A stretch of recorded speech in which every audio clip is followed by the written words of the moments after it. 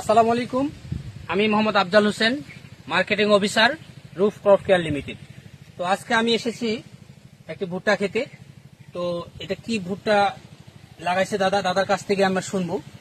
তো এটা হচ্ছে আজকে আমি সর্বপ্রথম আপনাদেরকে দাদার সাথে একটু পরিচয় করে দিই। দাদা আলাপ দাদা দাদা ভালো আছেন? আছি দাদা। দাদা আপনার নামটা একটু বলবেন। আমার তো নাম বিশু। আচ্ছা আচ্ছা, গ্রামের নাম? গ্রামের নাম আমার গনপই। গণপই। আর এই জায়গাটা যেটা দাঁড়িয়ে আছে এটা হলো গোবিন্দপাড়া। আচ্ছা, আপনি তো ভুট্টা লাগাইছেন তাই না? তাই তো। তো এই ভুট্টার কি জাত ভুট্টা লাগাইছেন আপনি? এটা 32 আর একটা হলো 35। আচ্ছা, 35-32।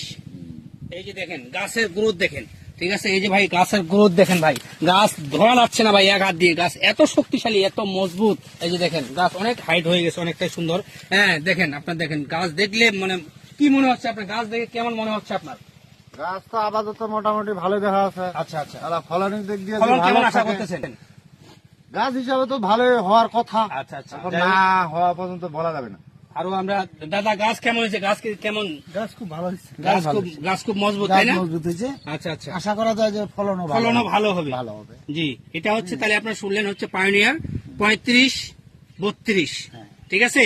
আর এই পাশে উনি আবারও লাগাইছেন, কিন্তু আসলে এটা হচ্ছে আবার 35-26। এই যে দেখেন ভাই, দুইটারই গাছ দেখেন ভাই, এই যে ধরা যাচ্ছে না, কি অবস্থা দেখছেন?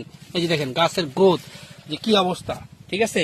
আমার মনে হচ্ছে যে এটা সর্বোচ্চ একটি ফলন মানে আসবে, আশা করা যায় ইনশাল্লাহ, ঠিক আছে? গাছ দেখেন অনেকটা মজবুত, অনেক শক্তিশালী। তো আজকে এ পর্যন্তই, ধন্যবাদ।